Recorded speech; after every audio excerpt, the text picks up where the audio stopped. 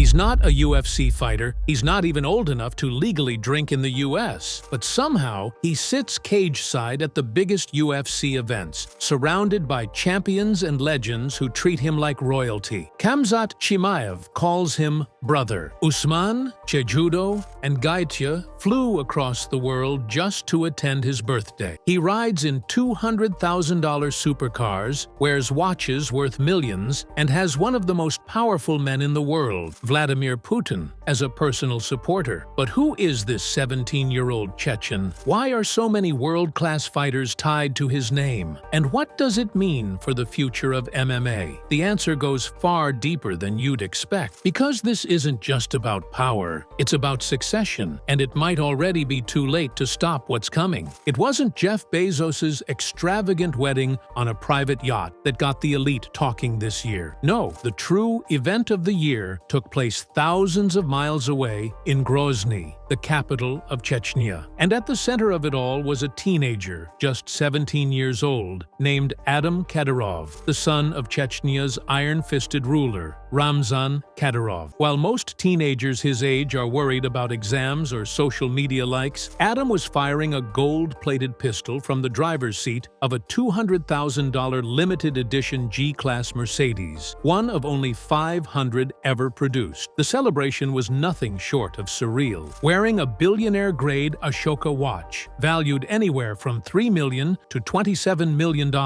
Adam was surrounded by armed guards, celebrities, and high-ranking government officials. But the most shocking detail wasn't the opulence, it was the guests. Sitting comfortably among the ultra-wealthy and political elite were UFC legends Kamaru Usman, Henry Cejudo, and Justin Gaethje, flown in from across the world just to celebrate the young heir's big day. Even Vladimir Putin, the president of Russia himself, publicly congratulated Adam, offering blessings for love and happiness. It wasn't just a wedding, it was a global statement. So why did such an extravagant event center around a teenager? And more importantly, why were so many of the world's most feared fighters present, smiling, laughing, and treating Adam like royalty? The answer isn't simple, but it begins with understanding who his father is and how Adam's world has been carefully designed since birth. Because the truth is, Adam Kadyrov wasn't just born into privilege, he was born into power. And now, with his father rumored to be gravely ill, Adam's rise isn't just inevitable, it's strategic. The MMA world knows it, the Kremlin knows it, and now, so will you. To understand Adam's strange hold over the MMA world, you have to go back to his bloodline, specifically to his father, Ramzan Kadyrov. Ramzan is not just a regional leader. He's widely considered one of the most feared strongmen in modern Russia. His reign over Chechnya began in blood. His own father, Adam Kadyrov, was appointed president of Chechnya in 2003 with full support from the Kremlin. Just a year later, during a Victory Day celebration in a stadium, Akhmat was assassinated in a bomb blast. The message was clear: power in Chechnya comes at a deadly cost. But rather than retreat, Ramzan stepped in to fill the void. With Vladimir Putin's full endorsement, he assumed control and quickly transformed the region into his personal empire. Through a cocktail of fear, loyalty, and propaganda, he ruled with an iron fist. Torture, kidnapping, and political executions became a common whisper in the region's dark corner. International human rights groups repeatedly condemned his regime. But to Putin, Kadyrov was useful, a regional enforcer who could keep the volatile area stable and fiercely loyal to Moscow. Ramzan Kadyrov used his growing influence to construct a cult of personality. His image was plastered across cities. His name was immortalized in sports teams, universities, and military units. And the crown jewel of his legacy? His children, especially his favored son, Adam. While most sons of politicians are groomed with private schooling and political internships, Adam's upbringing was steeped in combat, guns, and power. By the age of 8, he was fighting bare-knuckle in Akhmat-branded MMA tournaments. His father didn't just allow it, he celebrated it, often calling it a display of true manhood and Chechen spirit. spirit. Critics warned it was dangerous and exploitative, but Ramzan dismissed them. "This is how boys become men," he said, proudly pointing to his son's bruised face as if it were a badge of honor. And the MMA world? Rather than recoil, many leaned in, drawn by the promise of money, fame, and favor. Adam's story isn't just one of privilege. It's one of calculated exposure to violence, image building, and dominance. At the tender age of 8, he entered his first MMA tournament, organized by his father's Akhmat Fight Club. There were no padded gloves or child-safe rules. These were brutal contests, staged in front of cheering crowds, cameras rolling, and Chechen officials applauding. Adam's fights were broadcast across regional television, his face already being cemented in the public eye as a future warrior leader. This wasn't just for sport. This was political theater, a message to the region and to the world that the next Kadyrov would be even more fearsome than the last. But as Adam grew, so did the spectacle. In 2020, at a tournament called Time of Legends, Adam squared off against Ugandan boxer Mukas Yukasha. What unfolded raised serious questions. Yukasha barely fought back. In fact, he dropped to his knees without much of a struggle, prompting critics to speculate whether the match had been fixed. But to the Kadyrov media machine, it was another glorious victory. Adam the Conqueror, unstoppable and righteous. In 2021, Adam took another fight, this time against a young Kabardinian fighter named Aslan Kadyrov. From the opening bell, it was clear. Kadyrov was the better fighter. He landed clean shots, stunned Adam repeatedly. Then, out of nowhere, the referee gave Kadyrov a standing count. Moments later, Kadyrov's corner threw in the towel. The fight was over. Adam declared the winner, even though it was obvious to the audience that he had lost. Then came 2022, and the moment that shattered any illusions of innocence. After a young man allegedly burned a Quran in Grozny, Adam Kadyrov personally led a group to apprehend him. What happened next was broadcast on video. Adam and others brutally beat the defenseless man, who had already been detained. The footage went viral. Human rights organizations were outraged, but instead of facing punishment, Adam was praised. Ramzan himself published the video with pride, claiming his son had upheld Chechen honor. The MMA world watched all of this. Some privately condemned it. Most stayed silent. A few doubled down on their support, continuing to visit Adam, to train with him, and to appear in photo ops. Because in Chechnya, silence means survival, and loyalty means opportunity. Adam wasn't just a fighter. He was becoming a symbol, a teenage prince raised in the image of his father, ruthless, revered, and untouchable. You would think a regime accused of torture, disappearances, and violent crackdowns would be the last place on earth that UFC champions would vacation. But that's not what happened. Instead, in the last decade, a disturbing trend has emerged. Some of the biggest names in MMA are regularly flying to Grozny, posing for smiling photos with Ramzan Kadyrov and his son Adam, and wearing custom watches and designer suits like honored guests of a royal court. In 2015, former UFC heavyweight champion Fabricio Werdum accepted money from Kadyrov to promote Akhmat Fight Club. In 2018, Kamaru Usman, Justin Gaethje, and Henry Cejudo attended a private MMA event hosted by the Kadyrov family. They even joined Kadyrov on stage as he handed belts to his own fighters. Photos surfaced of Gaethje and Usman firing automatic rifles at a gun range alongside Kadyrov himself. Why would top-tier American fighters who train in democratic countries and earn sponsorships from billion-dollar brands cozy up to a warlord with a record of human rights abuses? The answer lies in something deeper than simple ignorance. It's money, influence, and the promise of access. Chechnya's oil-funded government has built sprawling fight complexes, state-of-the-art gyms, and stadiums rivaling Las Vegas. Kadyrov uses the Akhmat Fight Club as both a political tool and a global recruiting net. Fighters are offered 5-star treatment, luxury watches, and payouts that dwarf some UFC-based salaries. One anonymous fighter confessed in an interview, "They paid me more for one visit than I made in 6 months of fighting." But there's a catch. Once you appear alongside the Kadyrovs, you're expected to stay loyal. Fighters who tried to distance themselves afterward found themselves suddenly quiet. Others denied being paid altogether, likely for fear of reputational damage or worse. One sports journalist put it bluntly, "When you accept Kadyrov's hospitality, you accept his control." The most troubling part? Many fighters defend these visits. Cejudo once said, "Kadyrov just loves MMA." That might be true, but it's also true that these appearances offer a form of legitimacy, as if violence and authoritarianism can be whitewashed with autographs and octagon poses. As Adam grew older, he didn't just inherit this system, he perfected it. Now, fighters aren't just visiting Chechnya, they're building long-term relationships with its future ruler. Whispers started in late 2023. Ramzan Kadyrov was looking pale. His gait was slower. Rumors of a serious illness, possibly pancreatic issues, or even a blood disease, circulated in both Chechnya and Russian back channel. By early 2024, Kremlin insiders began to refer to Kadyrov in the past tense, even while he was still alive. But what stood out most wasn't just his declining health, it was who started stepping in to replace him. Adam. For the first time,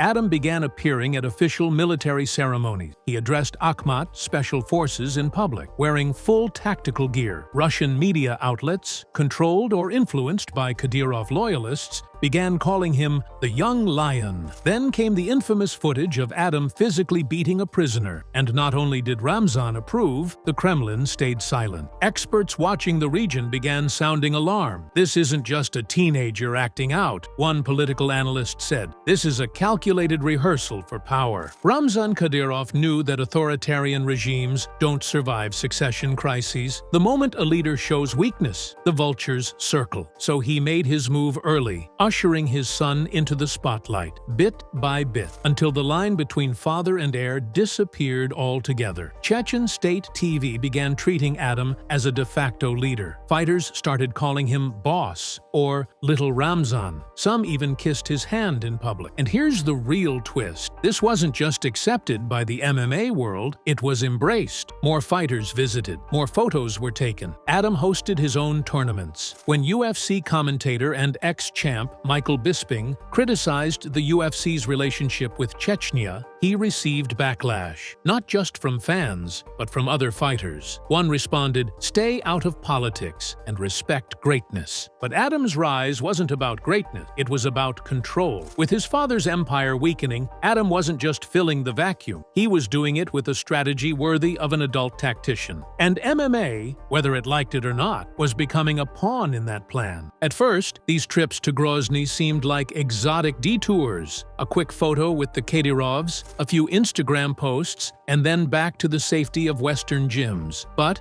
as Adam's political identity grew sharper, so did the consequences of being tied to him. By 2024, the U.S. government had already sanctioned Ramzan Kadyrov for human rights violations, adding him to the global Magnitsky Act list. This meant any American citizen doing business with him, or even appearing in media promoting his image, could face financial penalties or worse. Yet some UFC fighters still went. Why? Because loyalty to Adam was now tied to lucrative sponsorships, favors, and protection. Fighters were offered free stays, medical treatments, private security, and, most importantly, career leverage. Fighters trying to break into the UFC's Russian pipeline found doors opened faster if they trained at Akhmat or had an Instagram photo with Adam. Others who wanted out, silent. One source told a journalist off the record, "Once you take Kadyrov's money, you never stop taking his call." But the liabilities are stacking up. In early 2025, a leaked EU intelligence report suggested that Adam Kadyrov was being groomed as a regional military commander under Russia's strategic plan to secure the Caucasus. The same teenager who just months prior was filming boxing skits with influencers was now being prepped to lead counter-terror raids and possibly take over military decision-making in Grozny. One former Chechen defector said in an interview, "Adam is not a puppet. He is being turned into something far worse, a weapon." And yet, MMA continues to act as if it's all entertainment. Fighters train with him. Coaches praise his discipline. Journalists ignore the growing storm. The cost of loyalty has never been clearer, and yet it seems for many in the fight world,